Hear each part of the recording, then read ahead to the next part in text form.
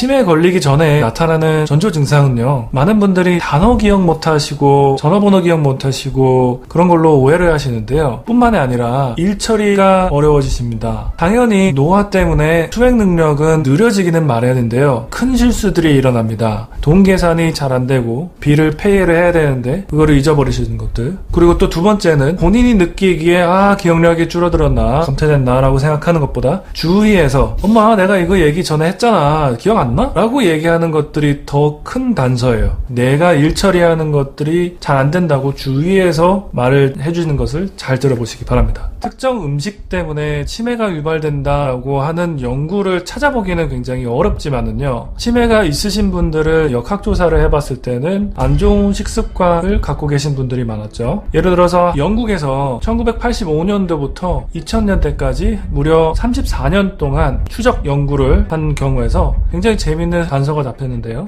당뇨가 진단이 된 나이가 어릴수록 치매에 걸릴 확률이 더 높았다라는 연구 결과가 있어요. 그 뜻은 내가 얼마나 오랫동안 당뇨를 알았는지가 치매에 걸릴 수 있는 확률이 더 높아진다는 것이죠. 그렇기 때문에 식습관 꼭 중요하고요. 그리고 또한 기름에 튀긴 탄수화물도 좋지 않습니다. Advanced Glycation End Product라고요, AGE가 이제 튀긴 음식에서 많이 나오는데요, 과자들도 좋지는 않고요. 또 햄, 소세지와 같은 가공육에서도 니트로사민이 많기 때문에 뇌세포에 건강하지 않습니다. 지방보다 탄수화물이 치매에 더 치명적이긴 한데요, 또 간접적으로 보면은 지방이 높으면은 콜레스테롤이 높아지기 때문에 콜레스테롤은 1차 담즙과 2차 담즙을 올리기 때문에 2차 담즙이 치매와 연관성이 깊다고 얘기를 해요. 좋은 건강한 지방을 섭취를 하시는 것이 중요하고 건강한 탄수화물 드시는 것이 중요합니다. 요약하면 정제탄수화물과 포화지방을 최대한 피하시는 게 좋습니다. 많은 분들이 일 끝나시고 피곤하시기 때문에 식사하신 다음에 눕는 습관이 있으신데요, 일단 칼로리가 들어왔으면요 그거를 써먹어야 돼요. 안 쓰게 되면은 몸에 축적이 되기 때문에 콜레스테롤도 올라가고 당뇨에 위험합니다. 이 콜레스테롤과 당뇨는 아까 말씀드린 것처럼 치매의 위험성을 올리기 때문에 꼭 식사하시고는 운동까지 연결이 되시기 바랍니다. 어르신들을 모셔놓고 재밌는 연구가 있었어요. 하룻밤만 못 주무시게 하고 아밀로이드 펫스캔을 찍었습니다. 아밀로이드가 치매를 일으키는 원인 중에 하나라고 생각을 해요. 근데 하룻밤을 못 주무시게 했는데도 정말 많이 올랐습니다. 또 다른 연구가 재미있었던 거가 60대 때 6시간 이하로 주무시는 분들은 나중에 노후에 가서 77세, 78세 됐었을 때 치매가 걸릴 확률이 30%나 높아졌어요. 그러니까 내가 그냥 수면이 아니에요. 숙면을 취하면서 찌꺼기들을 없앤다고 생각을 하셔야 되고요. 그 찌꺼기가 계속 쌓이고 축적된다고 생각하시면은 치매와 직관되는 연관성을 보실 수가 있습니다. 뇌 기능 향상에 대해서 치매 전 단계 환자분들이 많이 질문을 하십니다. 치매에 걸릴 것이 바로 코앞이기 때문에 어떻게 하면 선생님 최대한 치매에 안 걸려요? 라고 질문을 많이 하시는데요, 제가 꼭 말씀드리는 거는 운동이고요, 두 번째가 식습관이고 세 번째가 두뇌 활동입니다. 여태까지 제가 근력 운동을 굉장히 엠피사이즈를 많이 했는데, 왜냐면은 한국 어르신들은 유산소 운동은 잘하세요. 유산소 운동 치매 예방에 굉장히 좋습니다. 유산소 운동이라고 생각하시면은 숨 쉬는 거가 좀 가쁘고 땀이 날 정도라고 생각하시는 것보다 한 단계 더 여러분들이 이해를 하시는 게 좋은 거가요, 이렇게 땀이 나고 살짝 숨이 차면은요 뇌에서 좋은 호르몬이 나옵니다. Brain Derived Neurotrophic Factor BDNF라는 호르몬이 나오는데요, 그 녀석이 아밀로이드를 제거를 해줍니다. 그렇기 때문에 여러분들이 그냥 운동이라고 생각하시는 거가 아니라 심박수가 어느 정도까지 올라가서 땀이 나고 숨이 차야 돼요. 이게 근력 운동을 하실 때도 땀이 나고 숨이 조금 차거든요. 하지만 그거를 계속 유지를 해주시는 것이 근력 운동 하시면서 이런 베네핏을 보는 방법이고요. 정확하게 내가 어디까지 맥박을 올려야 되는지 좀 알려드리면은요, 220에서 여러분의 나이를 빼세요. 그리고 거기에 70%, 예를 들어서 50세시라면은요 220에서 50을 빼고 거기에 70%를 하면은 119가 나와요. 기본 맥박이 보통 70에서 80 정도 기본적으로 나오실 거고, 이제 스마트워치를 차시고 운동을 한번 해보세요. 맥박이 100으로 올라가고 110까지 올라가시는 것 또한 굉장히 어렵습니다. 그러시기 때문에 처음에는 70%로 그대로 하지 말고 한 60%, 50%로 이제 좀 낮게 시작을 하시는 것도 괜찮으시고요. 하지만 목표는 70% 정도로 해서 맥박을 그 정도까지 올려놓는 것을 권장합니다.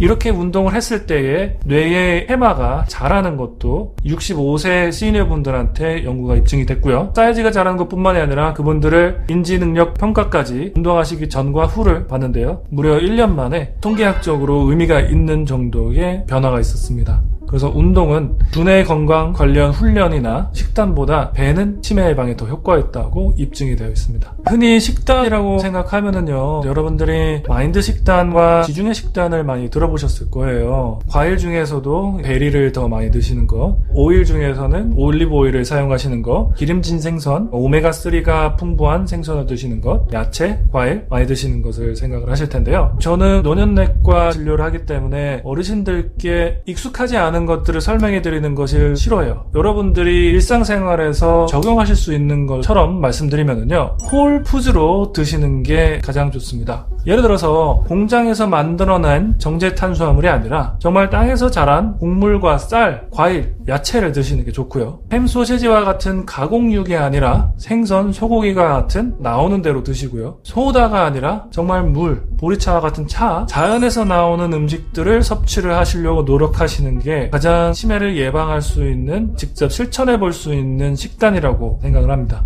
치매를 예방을 하는 두뇌 운동은 많은 연구가 됐었는데요. 효과가 다 미미했기 때문에 우리가 연구를 어떻게 잘못한 거지 고민을 많이 했어야 됐었어요. 예를 들어서 한 시니어분들께 수도쿠라든지 두뇌 활동 게임이다 라고 얘기를 하면서 가르쳐드리고 훈련이라고 저희가 드렸더니 치매가 걸리셨는데도 수도쿠는 잘하세요. 하지만 다른 분야에서 인지력이 저하되셨기 때문에 치매 예방에 효과가 전혀 없었습니다. 그렇기 때문에 어떻게 해서 두뇌 활동을 올려줘야 되지? 라고 연구를 많이 했어요. 그 중에서 두 가지만 효과가 있었는데요. 핑거 스터디와 액티브 트라이얼 두 개가 있었어요. 근데 둘 다 멀티모달이에요. 운동도 하면서 식사도 관리해드리면서 혈관도 건강하게 하면서 거기서 추가를 한 것이 두뇌 운동이었어요. 근데 그 두뇌 운동이 단순한 것을 배우는 것이 아니라 내가 진정한 배움, 관심이 있고 잘하려고 노력을 하고 포괄적으로 배우는 것, 그것까지 갔더니 겨우겨우 이 액티브 트라이얼과 핑거스 트라이얼에서는 인지력이 향상되는 것이 입증이 됐습니다. 또 다른 한 가지 말씀드리고 싶은 거는요, 학력이 높을수록 치매에 걸릴 확률이 더 낮다라는 연구 결과예요. 제가 이것을 말씀드리는 이유는요, 여러분들이 치매가 없으시고 40대, 50대라시면요, 학력에 상관없이 배움이라는 것에 대해서 얼마나 익숙하고 즐거워하시는지, 고학력이라는 것은 공부하는 것을 좋아하고 배움을 좋아했기 때문에 그렇거든요. 하지만 여러분들 모두 배우는 거 다 좋아하실 거예요. 유튜브에서 지금 이렇게 영상을 보시는 것도 배움이세요. 배우고 내 걸로 만들어서 써먹으셔야 돼요. 예를 들어서 제가 의학이라는 것을 보고 습득을 못했으면은 여러분들한테 이렇게 말씀드리지를 못해요. 그런 것처럼 진정한 배움이란 글에 있는 지식이 아니라 내 걸로 만들고 내가 출력을 할 수 있을 정도까지 가시는 것이 배움입니다. 거기까지 가시면서 두뇌 운동을 그렇게 하시면은 치매 예방은 분명히 되실 것입니다.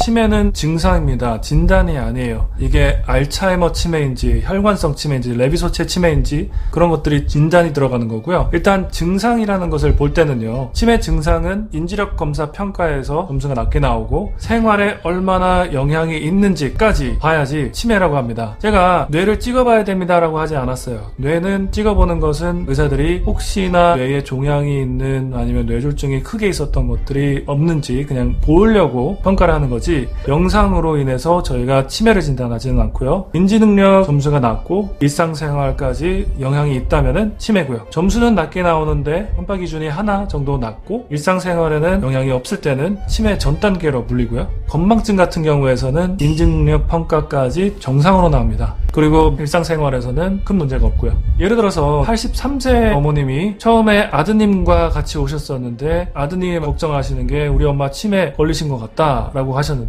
그때 어머니는 넘어지셔가지고 척추뼈가 골절이 되셨었고 통증이 있으셔서 잠도 못 주무셨고요. 3개월 전에 남편분도 돌아가셔가지고 우울증에 시달리고 계셨어요. 그래서 제가 아드님한테 치매 검사를 지금 하게 되면은 위험합니다. 우울증을 먼저 치료하고 통증을 관리하고 수면을 개선을 해드릴 해드렸고 3개월 후에 어머니가 웃으면서 내원을 하시는 걸 보면서 그때 치매 검사를 했더니 어머님은 정상으로 나오셨어요. 그런 것처럼 지금은 건망증과 치매라고는 얘기는 했지만 이 어머님이 그때는 일시적으로 나타났었던 가짜 치매, 가성 치매가 원인이었었던 거고요. 흔히 환자분들이 오해를 하시는 건망증이라는 것은 작업 기억의 과부하입니다. 전화번호가 7개 숫자인 것처럼 사람이 한 번에 수행을 할 수 있고 외울 수 있는 것이 7개 정도 되거든요. 하지만 8번째 거가 들어오게 되면은 처음에 들어왔었던 거는 나가게 됩니다. 그래서 나이가 들면서 우울증이 있거나 불안증이 있거나 여러 질환 때문에 7개에서 5개, 3개로 줄을 수가 있고요.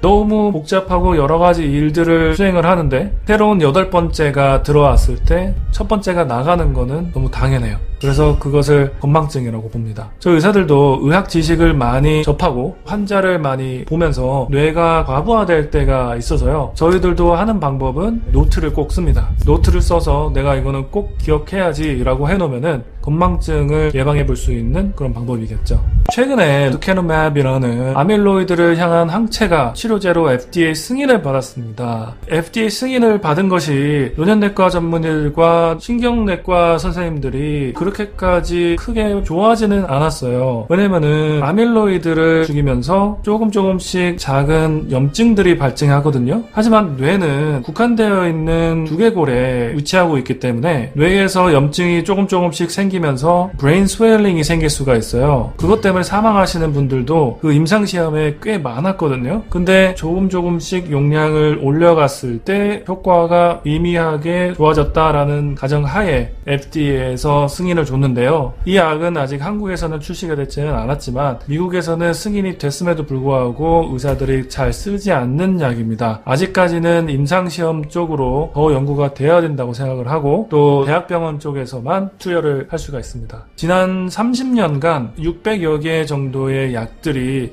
임상시험을 거쳐갔는데요. 20년 전 2가지 약이 승인된 다음부터 그 2가지 약도 효과가 그렇게 좋지는 않았어요. 아직은 조금 더 연구가 더 필요한 것 같습니다. 치매 자가진단법은 시중에 많이 나와 있는데요. 일단은 불안한 마음에 자가진단을 많이 손을 대시기는 하지만 의사선생님을 만나서 진중하게 평가를 받으시는 것을 권장합니다. 왜냐면은 치매 진단이라는 것은 엄중한 진단입니다. 여러분들이 운전하신 분이라면은 치매 때문에 운전면허를 뺏길 수가 있고요. 은행을 사용하시는 데서도 결정을 못 하실 수가 있어요. 그러시기 때문에 간단하게 자가진단으로 해서 내가 치매인가? 라고 절대 하시면 안 되고요. 꼭 의사 선생님을 만나서 평가를 받으셔야 되고요. 제가 아까 말씀드린 케이스처럼 83세 어머니가 우울증과 통증과 수면 부족으로 인해서 치매처럼 나타나셨어요. 그래서 치매를 진단을 하시고 관리를 하시는 선생님들이시면은 지금처럼 처음부터 서둘러서 검사를 하지 않으실 거고요. 그러니 꼭 의사 선생님의 지도에 따라 검사를 꼭 미리미리 받으시길 권장합니다. 지식인사이트 구독자 여러분 안녕하십니까? 서울대학교 뇌인지과학과에서 가르치고 연구하고 있는 교수 이인하라고 합니다. 나이가 들면은 꼭 기억력이 떨어진다기보다는 치매 환자가 치매 증상을 겪기 전에 겪는 경미한 장애, 경도인지 장애라고 하거든요. 경도인지 장애가 오면 옆에 사람이 눈치챌 수 있을 정도로 기억력이 안 받쳐주기 때문에 말실수나 이런 것들이 나타나는데 내가 오늘 깜빡깜빡 했는데 그게 치매인가? 뇌가 무언가를 기억하려면 몇 가지 조건이 만족이 되어야 하는데 일단 필요한 거는 집중력이에요. 주의라고 하는데 저는 그냥 스포트라이트에 항상 비유하는데 깜깜한 무대에 스포트라이트가 쫙 비치면은 그 주변에 누가 있더라도 잘 안 보이고 그 스포트라이트가 딱 비친 사람만 보이잖아요. 그 스포트라이트가 주의라고 생각하면 될 것 같아요. 그런 스포트라이트 밑에 있는 것만 처리가 되고 학습이 되고 기억이 된다. 건망증이라고 하는 거 있잖아요. 기억을 형성했는데 잃어버렸다는 거잖아요. 근데 일반인들이 이제 건망증이라고 하는 상황을 잘 분석해 보면 의외로 기억이 형성조차 안 된 경우도 꽤 많아요. 특히 이제 물건을 어디다 놓거나 무슨 말을 누가 했는데 듣고 기억을 형성했다고 생각하고 나중에 기억을 꺼내려고 하는데 안 나온다. 내가 왜 이러지? 치매인가 봐. 특히 이제 나이 드신 분들은 걱정을 하시죠. 치매다 그러면 이제 기억을 담당하는 영역에 세포가 죽어나가기 때문에 상당히 극단적인 거죠. 그러니까 자기가 맨날 가던 출근길인데도 불구하고 집에서 딱 나왔는데 회사를 어떻게 가더라? 이런다든지. 그리고 또 자기 가족을 못 알아본다든지. 그러니까 뭔가 극단성에서 차이가 많이 나고 또 자기가 늘 쓰던 빈번하게 나오던 기억인데 안 나온다는 거는 아까 말했던 자연적으로 기억이 안 나오는 그런 경우하고는 차원이 틀린 거죠.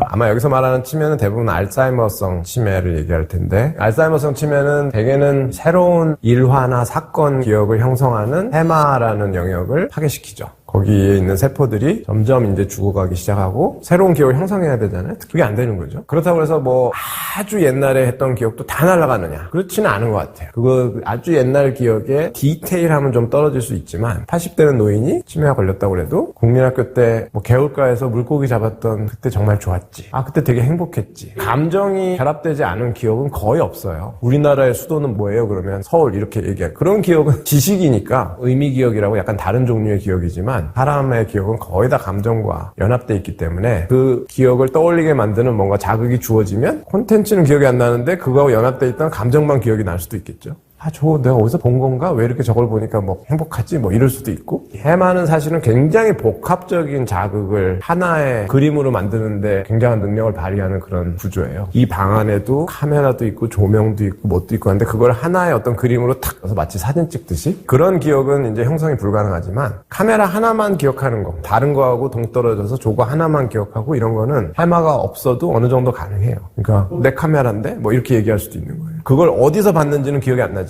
아, 저거 어디서 본 것 같다. 익숙함 신호가 발생돼요. 스틸 앨리스 작가 메모리에 대한 책도 보면은 자기 할머니가 이제 치매였다고 하죠. 자기가 침대 옆에 가면 누군지 못 알아보는데 되게 행복해하고 그러는 거 보면 아마 자기를 알아보는 게 아닐까. 기억은 못 떠올리지만 감정 시스템은 자기를 알아보는 게 아닐까. 그런 얘기도 써놓고 했는데 그런 게 실제로 존재한다고 생각해요. 치매가 걸리면 사람이 완전히 뭐 컴퓨터 셧다운 되잖아요. 그런 건 아니다. 뇌 영역이 어디가 먼저 기능을 잃느냐에 따라서 점진적으로 나타날 수 있는데 감정만 따로 떠오를 수도 있고 행복할 때는 뭐가 생각난다 이렇게 콘텐츠가 떠오를 수도 있고 그래서 그렇게 분절돼가지고 존재할 수 있는 이유는 뇌의 그것들을 담당하는 영역들이 다 다르기 때문이고 그 영역들을 망가뜨리는 치매나 뇌 질환이 어떤 식으로 진행되면서 어디를 먼저 건드리느냐에 따라서 그 기억이 먼저 손상되기 시작하고 나머지는 그냥 손상이 안 된 것처럼 보일 수도 있겠죠.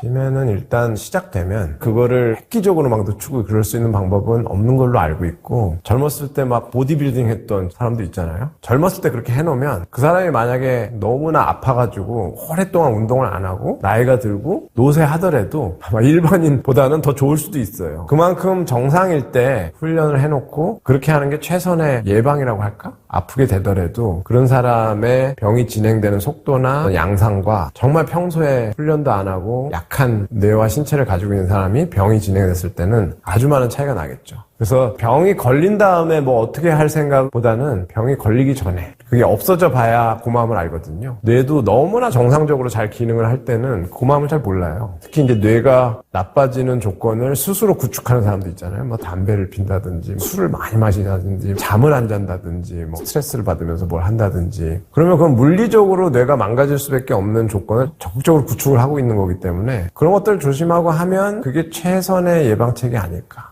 운동은 뇌뿐만 아니라 신체에도 좋다는 건 이미 과학적으로 상관은 굉장히 높다고 알려져 있죠. 특히 뇌에서 해마 같은 경우는 되게 뇌세포가 수가 줄어들면 줄어들었지 이게 뭐 다시 생겨나지는 않을 것 같지만 해마에는 유일하게 그 뇌세포가 계속 생겨나는 현상이 있어요.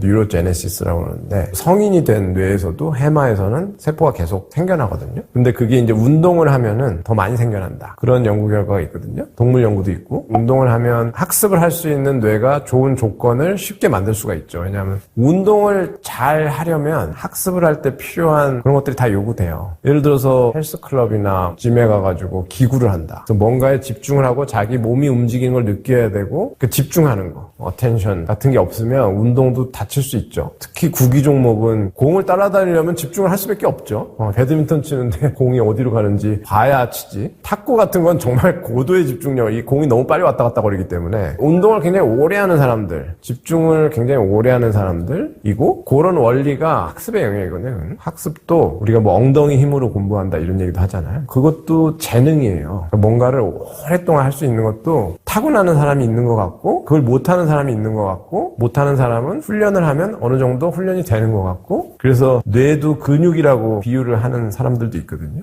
정말 그 짐에 가서 훈련을 하듯이 뇌도 훈련을 다양하게 하면 운동을 한 사람과 안 한 사람이 차이가 많이 나듯이 학습을 할 때도 똑같이 차이가 나요. 아주 묘하게 닮아 있기 때문에 운동을 잘하는 사람이 어떤 학습을 못한다? 그건 아마 자기가 흥미가 없어서 그럴 가능성이 있지. 운동뿐만 아니라 악기 연주나 그 예체능이라고 하잖아. 예능이나 체육 같은 걸 할 때 뇌가 그런 연습을 하는 게 학습에서도 그대로 적용이 되기 때문에 다 같은 영역이 아닌가.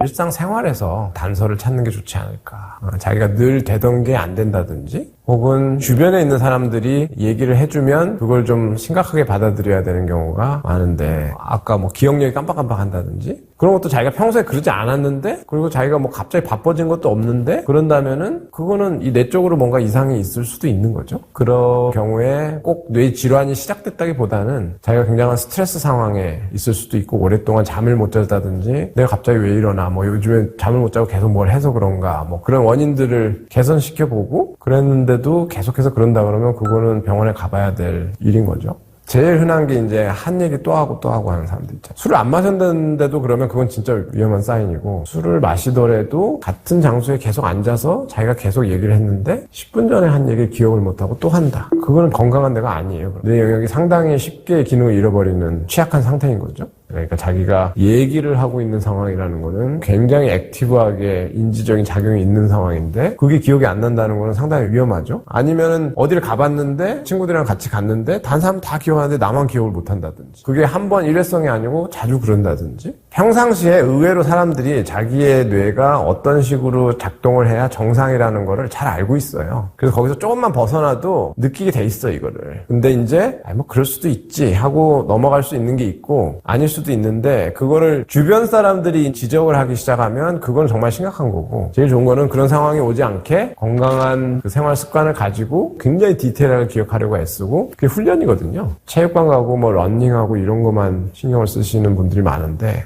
뇌도 그렇게 매일 뭔가 훈련을 시켜줘야 돼요. 근데 이제 회사에서 하는 일이나 자기가 하는 일이 굉장히 단순한 경우에 특정 종류의 일만 계속 하는 경우에는 뇌를 골고루 쓰질 않기 때문에 뇌는 골고루 이렇게 자극을 해줘야 되는데 그런 경우에는 자기가 뭔가 엑스트라로 내 회사가 채워주지 못하는 그런 활동을 해야 질환이나 노화로 인해서 퇴화 가능성이 좀 낮아지는데 늦춰지거나 근데 한쪽 뇌만 계속 쓰고 다른 데는 별로 쓸 일이 없어. 이러면 이게 좀 문제가 되는 것 같아요. 요즘에 생각나는 거는 집중을 오래 하지 않는 쇼폼 같은 거 대표적인 거죠. 예를 들어서 굉장히 장편 영화를 봤다. 그럼 그 안에 굉장히 많은 맥락들이 있고 그 맥락을 자기가 받아들이면서 사람마다 다른 맥락을 형성하고 스토리를 얘기해보라 그러면 약간씩 다르게 얘기하고 그 다르다는 게 되게 중요한 거거든요. 책 같은 것도 굉장히 호흡이 긴 책을 읽고 음악도 되게 호흡이 긴 음악을 듣고 할 때 그 안에서 뇌세포들이 서로 다르게 연결될 가능성이 높아지고 그러면서 자기의 개성이 점점 더 강해질 수 있는 기회거든요, 그게. 근데 이제 뭐 쇼폼이니 이런 굉장히 호흡이 짧은 정보 처리의 형태들은 그런 커넥션이 만들어질 시간 자체를 주질 않기 때문에 그런데도 그거 재밌던데요? 재미는 있지. 왜냐하면 굉장히 원초적인 즐거움이나 본능에 호소하는 영상들이 많기 때문에 그런 맥락을 몰라도 이해돼야만 그 짧은 시간에 사람들이 즐거움을 느끼기 때문에 그러니까 맥락 없이 해석할 수 있는 자극인 거죠. 그러니까 거의 조건반사 같은 파블로프의 개 학습 같은 종이 울리면 침을 흘리고 다음으로 넘어가고 뇌를 그런 식으로만 쓰기에는 이거는 너무나 복잡한 맥락을 잘 형성할 수 있게 만들고 아주 유니크하게 개성을 가지고 뭔가 할 수 있게 만들어진 엄청난 디바이스이기 때문에 4억짜리 스포츠카를 사가지고 100m 앞에 있는 동네 마트만 맨날 왔다 갔다 해. 그런 거하고 비슷한 거니까 뇌과학자가 볼 때는 야, 저 우수한 거를 두뇌 속에 넣고 100m 앞에 마트만 왔다 갔다 할까?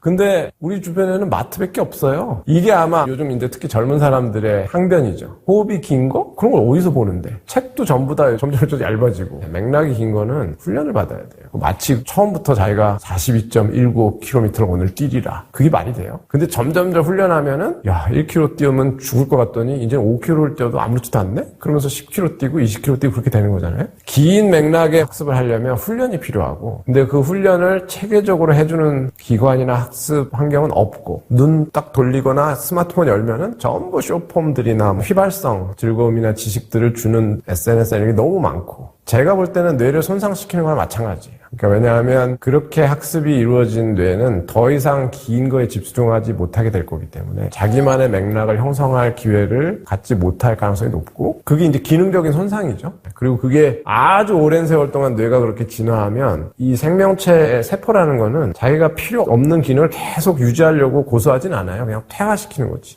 그러면은 계속 인류가 복잡한 결정은 다 AI가 하고 사람은 맨날 쇼폼이나 보고 이러고 조금만 복잡해져도 머리 아파 못할 것 같아 이렇게 되겠죠. 그러니까 사회가 한 번쯤은 멈춰서 생각해 봐야 된다고 생각해요. 멀티태스킹은 반대인 것 같아. 멀티태스킹을 한다는 사람 중에 진정한 멀티태스킹을 하는 사람은 별로 없어요. 어텐션에 대한 컨트롤이 굉장히 훈련이 잘 된 사람들. 이것저것 해요. 그러니까 벌려놔. 근데 여기에 집중을 할 때는 굉장히 집중을 했다가 집중을 뗄 때는 또 아주 잘 떼가지고 여기다 또 갖다 붙이고 그게 습관이 되면은 한 가지를 오래 못해. 이게 일만 벌려놓고 하나도 끝내질 못하고 이런 거하고는 약간 다르죠. 그런 사람들이 이제 멀티태스킹을 한다고 볼 수는 있죠. 근데 그거는 상당한 훈련이 필요해요. 멀티태스킹이라고 그걸 부른다면은 그 1번, 2번, 3번 과제의 성격이 달라야 돼. 그러니까 1번 과제는 굉장히 창의적으로 뭔가를 만들어내야 하는 거고 근데 2번 과제는 그냥 약간 단순 과제야. 카피해가지고 붙이고 뭐 있던 거를 약간 수정하는 정도? 또 3번 과제는 뭐 1번과 2번의 중간 정도의 에너지를 필요로 한다든지 그러니까 서로 이질적인 과제들을 하면 뇌 영역 중에 그거를 수행하는 영역들이 조금씩 다르기 때문에 지치질 않고 멀티태스킹을 할 수가 있는 것 같아요. 근데 이제 비슷한 자기가 소설가인데 A라는 소설을 쓰고 있다가 또 B라는 소설을 완전히 다른 스토리를 쓰고 그거는 불가능할 것 같아요. 왜냐하면 같은 영역이 계속 일을 하는 거기 때문에 그래서 멀티태스킹이 무조건 뇌를 손상시키고 일률적으로 얘기하는 건 좀 어렵고 자기가 멀티태스킹을 하려는 그 각각의 태스크의 성격을 좀 봐야 된다.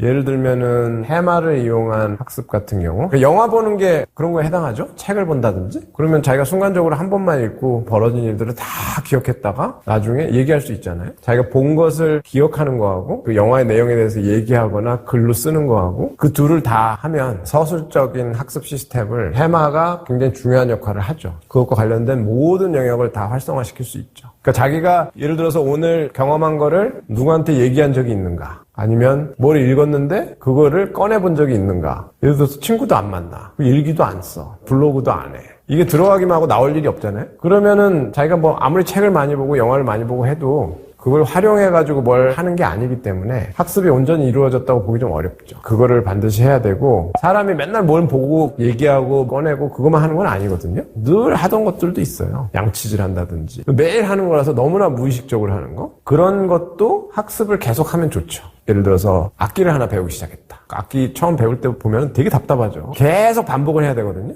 아까 서술적 학습에 비해서 비서술적 학습 이건 말이 필요 없고 의식이 필요 없는 다른 종류의 학습이거든요. 그런 루틴 같은 것들 크게 말하면 그런 이질적인 학습 시스템들을 어떤 게 있다는 걸 일단 알아야 돼요. 알고 자기 생활을 한번 이렇게 분석을 해보시고 내 생활에서 이런 해마를 쓰는 종류의 학습은 얼마나 많이 벌어지고 있고 만약에 사람을 많이 만나는 직업을 가지고 있다. 기자다 예를 들어서. 그러면 해마를 엄청 쓰지. 근데 그런 사람들은 오히려 해마만 쓰다가 이제 번아웃이 올 수 있는 거죠. 반대로 단순 반복적인 학습만 하는 사람, 숙련공이라든지 뭐 숙련자 붙는 사람들 그런 사람도 반대로 번아웃이 올 수 있거든요. 뇌를 비롯해서 이 생명체의 시스템은 밸런스가 중요해요. 균형이. 한쪽으로 치우치면은 부적응적인 상태로 들어가는 건데 그 밸런스를 딱 이루게 되면 뇌가 해피하죠. 뇌에는 아주 미묘한 경쟁 관계가 있기 때문에 한쪽이 너무 잘하면은 얘가 자기도 써달라고 막 징징대는 경우가 많아요. 그런 걸 달래줘야지. 그래서 자기가 자꾸 그렇게 액티브하게 새로운 학습을 그리고 계속하는 건 되게 중요한 것 같아. 그래서 자기가 하는 학습들의 종류나 얼마나 이질적인 학습 시스템을 쓰고 있는가? 그래서 아닌 거는 이렇게 보충을 해주고 양쪽이 어느 정도는 밸런스가 돼 있는 게 좋은 학습 시스템이에요. 치매가 65세 이상에서는 급격하게 증가되게 되는데요. 나이에 비례해서 점점 유병률이 높아집니다. 나이가 들어서 관리를 시작하는 것보다는 50대 중년기부터 시작을 해서 치매를 예방할 수 있는 그런 습관을 잘 들이는 것이 중요합니다. 그런 치매가 있다 그러면은 활동량도 급격히 떨어지고 나중에는 음식을 삼키거나 먹을 때 살에도 잘 걸려요. 그래서 가장 흔한 것이 폐렴, 골절, 낙상 이런 노인성 문제들이 흔히 동반이 되고요. 그리고 치매가 가장 큰 문제는 보호자가 없이 혼자 사시는 분들 같은 경우에 영양실조도 많이 생깁니다.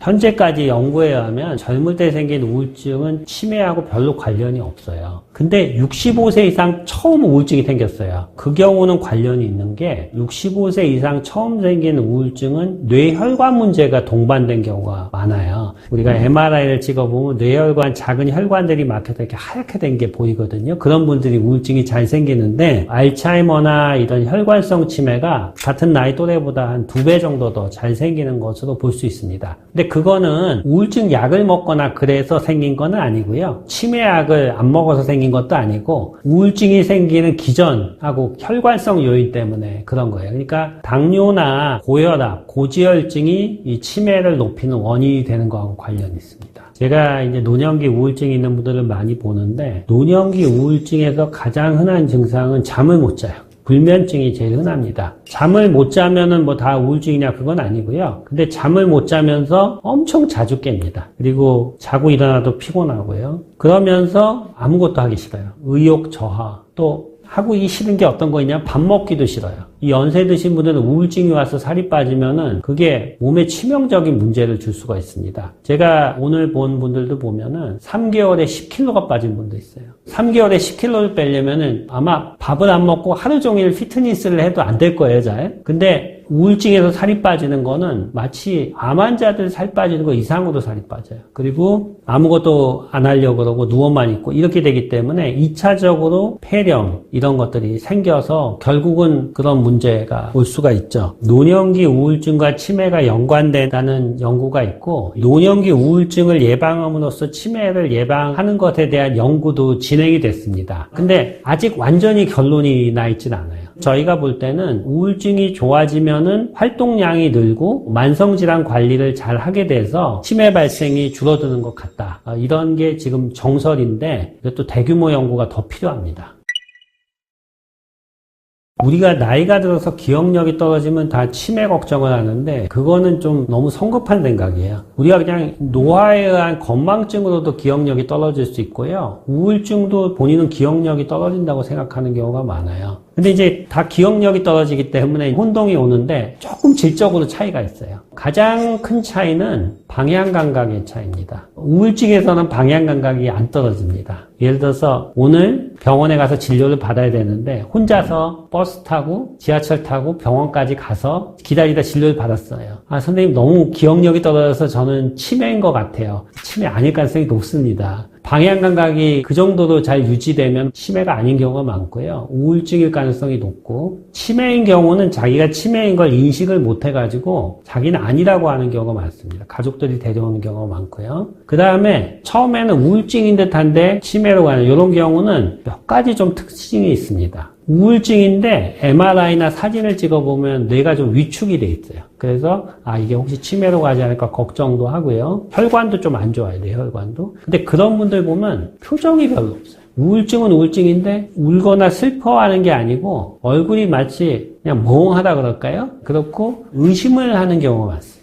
아까 제가 의심하는 게 뇌 문제일 가능성이 높다 그랬죠. 처음에는 우울했는데 가족이나 배우자를 이렇게 막 의심한다든지 이런 경우에 치매로 가는 경우가 꽤 많기 때문에 우리가 잘 봐야 됩니다. 본인이 치매라고 오는 사람 중에 대부분은 치매가 아닌 경우가 많고 치매가 아니라고 하는 사람이 치매인 경우가 많아요. 그러니까 그 치매라는 그 병이 자기가 치매라는 인식을 하는데 지장을 주는 문제가 있고요. 내가 우울하면 건강 염려증이 생기니까 치매 걱정을 더 하게 되는 거예요. 또 남편이 치매면은 그 간병환하고 힘들어서 또 우울증이 잘 생기는 문제도 있습니다. 특히 노부부 중에서 한 명이 치매면 다른 분은 우울증인 경우가 되게 많아요. 우울증이면 본인도 우울하니까 제대로 도와주기가 힘들고 어려운 경우가 많죠. 그럴 때는 국가에서 여러 가지 노인장기 요양보험이라든지 간병 서비스를 굉장히 잘 제공하고 계세요. 그래서 저는 이렇게 오면은 그런 서비스들을 이용하고 계신지 물어보면은 안 하고 계세요, 그냥. 왜 그런가 보면은 기분이 우울하니까 그런 거 신경 쓸 여력이 없으신 거예요. 그 치매인 분은 당연히 뭐 자기가 알아보지도 못할 거고, 그리고 가족들이 주로 알아봐야 되는데, 뭐 자녀분들은 보면은 뭐 외국에 가 있는 경우도 있고, 잘 모르는 경우도 있고, 그래서 그런 것들을 그 담당 선생님하고 잘 상의해가지고 도움을 받을 수 있도록 하면은 굉장히 좋을 것 같습니다. 한 가지 인상적인 사례를 제가 말씀드리겠습니다. 어떤 분이었는데 큰 회사를 운영하고 있고 사회적으로 성공한 분이에요. 근데 나이가 70 정도 돼서 이상한 행동을 보이는 거예요, 자꾸. 지나가는 여성들 자꾸 툭툭 친다든지 자꾸 말도 좀 예전에 안 하던 그런 좀 저속한 말도 하고 마치 아기가 된 것 같이 이런 얘기들을 하면서 자꾸 회사에서 문제를 일으키는 거죠. 그래서 결국은 회사에서 그런 문제 때문에 그 직원들한테 결국은 소송을 당했어요. 나중에 보니까 이분이 전두측두엽 치매가 있었어요. 그래서 치매 중에서 이 뇌 전두엽이 위축된 치매였는데 그러면은 우울증도 잘 오고 자기 행동의 통제가 잘 안 됩니다. 그래가지고 이런 문제 때문에 이런 일이 생겼다고 이제 저희가 진단을 해서 말씀을 드렸더니 직원들도 다 이해를 하시고 치료 잘 받고 지금은 물론 경영은 안 하고 계시지만은 예전부터 쌓아왔던 그런 명예를 잘 유지할 수 있었던 그런 예가 있었습니다. 그래서 나이 들어서 기분이 갑자기 우울하다든지 이상 행동을 보일 때는 잘 옆에서 보시고 뭔가 이게 뇌의 어떤 판단력이나 기분에 문제가 있다 이렇게 생각을 하셔야 됩니다. 우리가 인지기능은요 그 전날 밤에 잠만 안 자도 기억력, 인지기능 다 떨어집니다. 그렇다고 치매는 아니고요. 그리고 술 많이 먹고도 기억력이 떨어지거든요. 그러니까 그럴 때 치매를 걱정하면 안 되고요. 내 자신의 컨디션을 잘 조절해서 기억력이나 뇌기능을 잘 유지해야 되죠. 저희가 좀 말씀드리고 싶은 거는 예전하고 비교를 해봐야 돼요. 나이 들어서 이전에 안 하던 이상 행동을 자꾸 할 때 아니면은 예전하고는 다르게 말도 반복하고 저속한 말 자꾸 쓰고 욕도 많이 하고 이런 것들은 뭔가 변화가 있는 거죠. 그런 행동이나 언어의 변화가 있을 때 치매가 아닌지 봐야 되고요. 우울증 같은 경우 치매 초기 증상일 수도 있고 치매 중에 올 수도 있는데 100 빼기 7을 한번 해보세요. 100 빼기 7하면 93이고 86이고 79고 72, 65 이렇게 가잖아요. 이거 잘 못합니다. 우울증이 오면. 그거 한번 시켜보세요.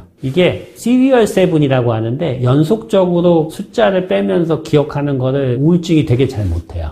일상에서 치매와 우울증을 구별한다 그러면은 치매는 복잡한 스텝이 있는 일을 잘 못해요. 예를 들어 반찬을 만든다? 그러면은 반찬을 준비하고 어떤 반찬을 해서 이걸 만들까? 이런 복잡한 스텝이 있는 일을 잘 못해서 결국은 하나하나 가르쳐주면은 할 수도 있거든요. 근데 우울증은 의욕이 없어서 못하는 거예요. 실제로 할 수 있는 능력은 다 있다는 거죠. 그러니까 에너지가 충전이 되면은 그 일을 다시 다 할 수가 있어요. 예를 들어서 이전에 늘 하던 일인데 이걸 못한다. 이럴 때는 치매 가능성이 있고요. 우울증인 경우는 내가 늘 재밌어 하던 일이 재미가 없어요. 특히 흥미가 예전에 있던 것이 사라지는 이런 게 우울증의 어떤 특징이 됩니다.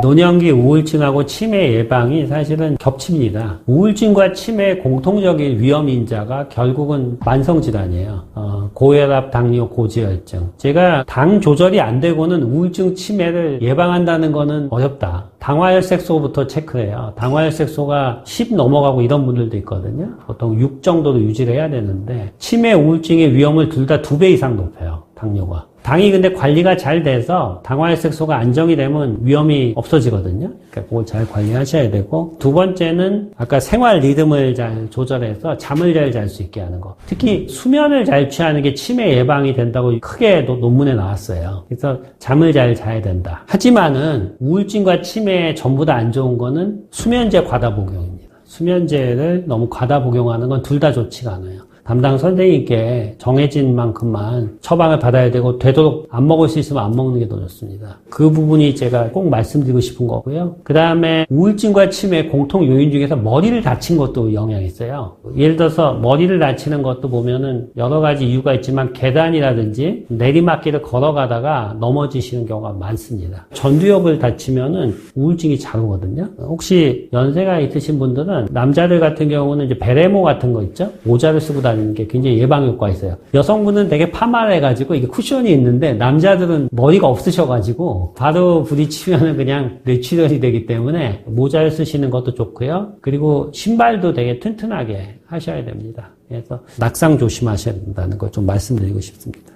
우울증이 있으면은 우리의 생각의 회로에 약간의 영향을 주는데 내가 예전에 우울했던 기억이 아주 잘 나요. 그러니까 우리 기억이 기분하고 연결이 돼 있거든요. 그러니까 내가 예전에 우울했던 기억들, 불안했던 기억들이 다 떠오른다는 거죠. 그러니까 어떻게 돼 있냐면은 멍하게 집에서 앉아가지고 옛날에 슬펐던 일을 자꾸 회상하는 요런 습관이 많아요. 그러다 보면 제일 꼴보기 싫은 게 남편이에요. 그 제공자가 대부분 남편인 경우가 많거든요. 그리고 뭐 시집살이 한 거, 시어머니 일들 이런 거 생각나고요. 그리고 남자들 같은 경우에는 우울증이 있으면은 어떤 습관이냐? 혼자 술 많이 먹어요. 왜 그러냐면은 기분이 우울한데 이제 뇌기능이 떨어질 때 술을 먹으면 잠깐 반짝하는 느낌이 들거든요. 근데 더 우울해집니다, 결국은. 그래서 그런 습관들을 좀 조절하시는 게 좋습니다. 음식이라고 하기는 좀 그렇지만 일단 알코올이 제일 문제고요. 알코올은 도수에 비례합니다, 도수. 너무 독한 독주를 먹는 것. 술을 너무 많이 먹으면 베르니케 콜사코프라 그래가지고 실제로 기억력이 떨어지는 병도 있어요. 그리고 치매가 아까 만성질환하고 관련이 있기 때문에 혈압, 당뇨, 고지혈증에 안 좋은 음식이 여기도 좋지는 않겠죠. 그런 음식은 대부분 좀 기름진 것들이 문제가 있을 거예요. 저희 그 책에 매우 예민한 사람들을 위한 상담소에도 그 유명한 그 수녀 연구가 나오는데요. 노트르담 사원의 수녀들을 대상으로 해가지고 연구를 해보니까 젊을 때부터 그 새로운 단어들, 어휘를 많이 쓰고 문장을 많이 적고 이런 수녀들이 실제 치매가 덜 생기고 또 뇌 위축이 와도 치매로 안 갔다는 거예요. 그래서 두뇌 운동 중에 제가 추천하는 거는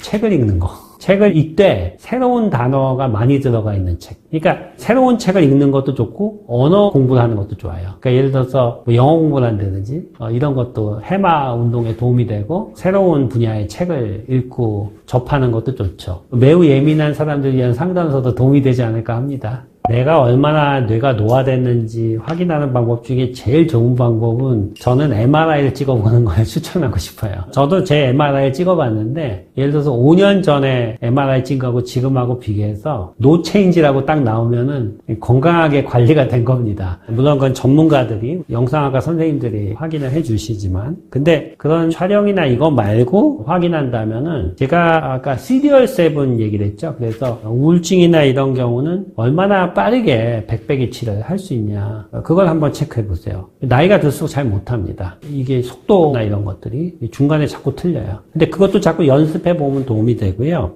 그 다음에 또 하나는 뭐냐면은 단어를 예를 들어 기억으로 생각하는 단어를 계속 얘기한다든지 그 워드 플루언시라고 하거든요. 그런 게 잘 되는지 니은 얘기하면 니은을 생각한 단어를 쭉 얘기하고 그런 것들이 내가 얼마나 노화가 되는지 확인하는 방법이 됩니다. 그러니까 언어 유창성이 떨어지거든요. 그래서 그런 것들이 이전에 내가 했던 거하고 얼마나 차이가 있는지 이렇게 비교를 해가면 알 수가 있어요. 근데 더 정확한 거는 병원에 가서 검사를 하고 사진을 촬영해 보면은 아주 정확하게 알 수가 있습니다. 그렇게 말씀드리고 싶어요.